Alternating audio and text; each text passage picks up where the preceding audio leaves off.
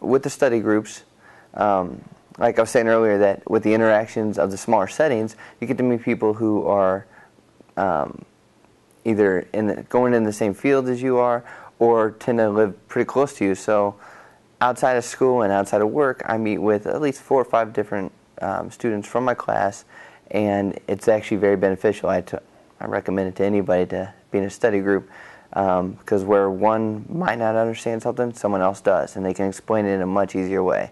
Before I began my nursing studies and my nursing education, when I was working on my prereqs, I was always a loner. I would study on my own.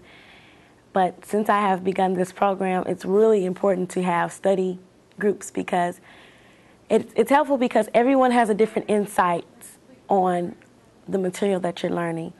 But even though everyone has a different insight, it's important to come together and to put all your ideas, because I may have a different approach to learning than someone else, but when we mash them together and put them together in the form of a study group, everybody benefits, because you have so many different people with different learning styles, and it helps break up the workload. So if we have a study guide with 100 questions that we're working on for one of our classes, and our instructor has okayed us to be able to all work together in a group, we divvy up the questions, and you're still responsible for learning the material, of course, but you have different people to kind of pick up some of the workload. So I think study groups are really, really important, and I wouldn't still be sitting here if I hadn't taken advantage of support groups.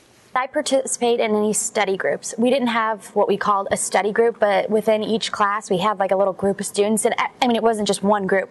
Like whoever you sat by or whoever you were close to, you focused on, okay, we'll break up this. You usually get a study guide most of the classes, and we would say, okay, you break up 1 through 10. You break up 10 through 20, and we'd break it up. And I mean, we'd have a packet full of 40 pages of a study guide, but you didn't have to do all the work, and all the work was there. You just have to get people that you trust. And it wasn't called a study group, but in each class we did have people doing study groups. I do participate in some study groups. Most of them are with a select group of friends. We come to campus and we study in a setting that's a lot like the classroom. So it's more structured than being at home and sitting in front of a television. And the way that some of my friends think are different from the way that I think. And so when we get together and we ask each other questions, or we split up a study guide, you can see things differently from someone else's point of view. I currently don't participate in any, formatted study groups. However, a few of us do get together after we've studied on our own, compare notes, and talk about lessons in an informal format. So that helps, just to bounce ideas off other students that are going through the curriculum as you are. That helps a lot.